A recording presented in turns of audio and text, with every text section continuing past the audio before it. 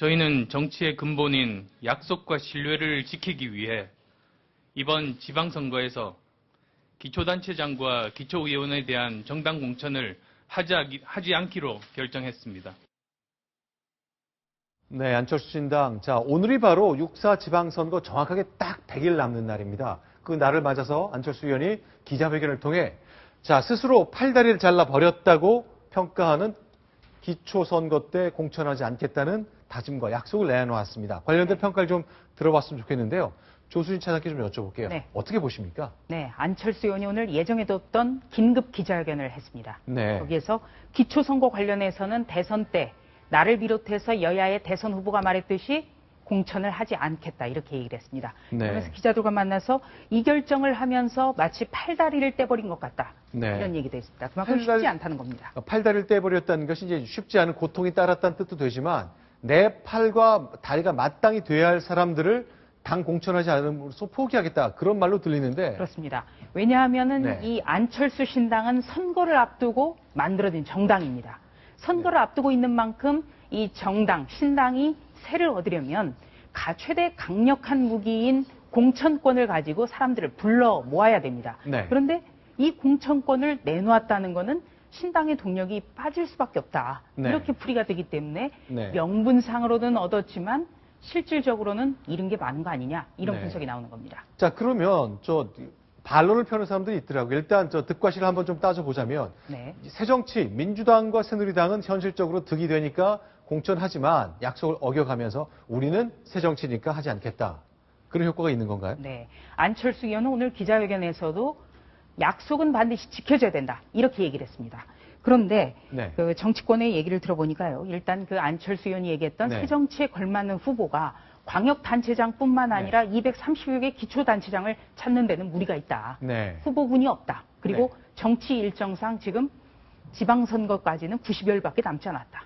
그래서 힘들다. 그래서 기초선거는 포기하고 광역단체장에 집중하겠다는 거 아니냐. 네. 이런 평가가 주류를 이루고 있습니다. 그럼 반론성 질문이 하나 있는데요. 네. 자, 새정치를 표방한 안철수 의원이 자, 우리는 약속대로 기초단체 또 기초의회 공천하지 않겠다고 했는데 사람이 없어서 그동안 계속 고생했잖아요. 예. 만약에 아주 파릇파릇하게 장래가 촉망되는 정치 신인 3, 40명, 50명이 안철수 의원 주변에 있다면 그래도 공천 안 했을까요?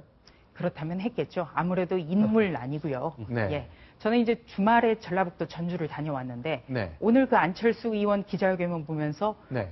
참 이분들 난감하겠다는 생각이 들더라고요. 아니, 그게 거리 무슨 얘기죠? 곳곳마다 네. 안철수 신당 누구누구 후보 누구 이렇게 대형 걸개 그림이 걸려 있습니다. 아. 당장 이것부터 떼야 되는 거죠.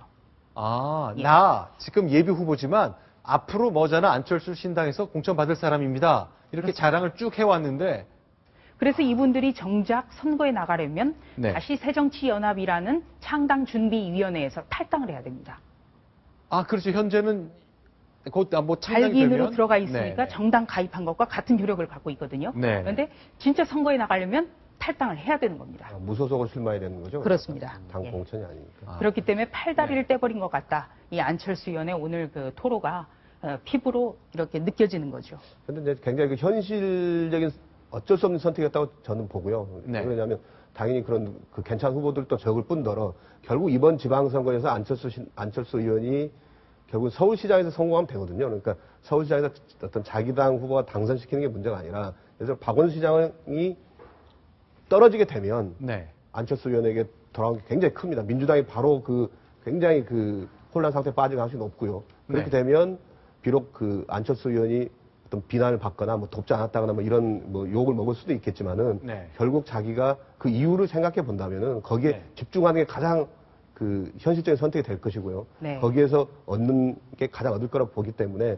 지금 기초단체장 거기에 괜히 정신사납게 네. 그런 거 신경 쓰지 않겠다. 네. 이런 현실적인 선택을 한 거라고 보입니다. 네, 그래서 이제 새누리당의 박대출 대변인 같은 경우는 기초단체장에 내세울 후보가 없기 때문에 현실적으로 이렇게밖에 할 수 없었다. 평가 네. 절하를 했고요. 네. 민주당의 경우에는 아무래도 연대를 계속해야 하기 때문에 네. 조심스러운 입장을 내놨습니다. 민주당의 전략홍보본부장인 최재천 의원은 안철수는 안철수의 길이 있고 민주당은 민주당의 길이 있다. 이렇게 좀 조심스럽게 여지를 남겨놓은 겁니다. 네. 자, 일단 안철수 의원이 이제 선제적으로 이제 선언을 했습니다. 이것이 새 정치고 우린 약속을 지키겠다. 새누리당과 민주당 약속해놓고 안 지키지 않았느냐. 우린 좀 다르다. 이런 확실한 선을 긋는 것을 보았는데 그 후보 없으니까 그런 거지라는 기성 정당의 얘기를 과연 안철수당 지지자들 그리고 중도층에 계신 분들은 어떻게 받아들일까요? 그것이 앞으로 봐야 될 관전 포인트 중에 하나인 것 같습니다. 자, 그럼 저희가 이 시간을 통해서 가끔 6.4 지방선거에 출마할 후보에 관한 얘기를 하는데요. 오늘은 정몽준 의원 얘기를 좀 하나 해봤으면 좋겠습니다. 자, 오늘 출마가 거의 확실해졌잖아요. 네. 후보 출마 선언한 분답게 행보를 이어갔는데 오늘 낯선 곳이 아니죠. 오늘 모처를 방문했죠. 네. 지금 이제 새누리당의 정몽준 의원, 네. 서울시장 그 출마 선언은 진짜 이제 선언만 남았다. 네. 시기의 문제다.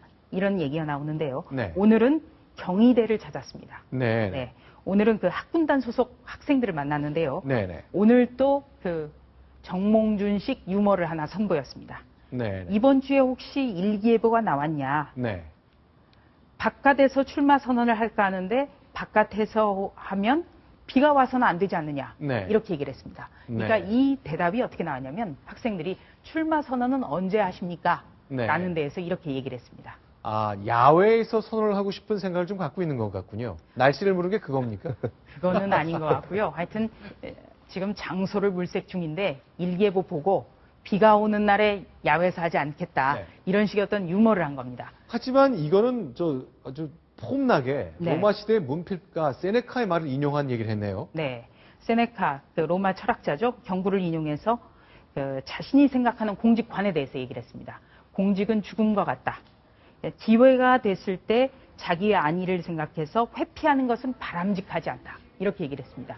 그러니까 서울시장 출마 여러 가지 힘든 어려움이 있지만 하겠다는 겁니다. 뭐 주식의 백지신탁이라든지 여러 가지 정몽준 불가론에 맞서서 출마를 하겠다. 이렇게 선언한 거죠. 네. 재밌는 얘기도 꺼냈군요. 네, 정몽준 자신의 이름풀이를 했네요. 네. 정을 몽땅 준 사람, 제가 정몽준이다. 이렇게도 얘기를 했습니다. 네, 경희대학교에 이제 ROTC 학생들을 만난 건데 정몽준 의원 본인이 ROTC 장교 출신이잖아요. 네. 그래서 좀 친근감을 표시하기 위해서 20대의 화법을 좀 활용한 것 같네요.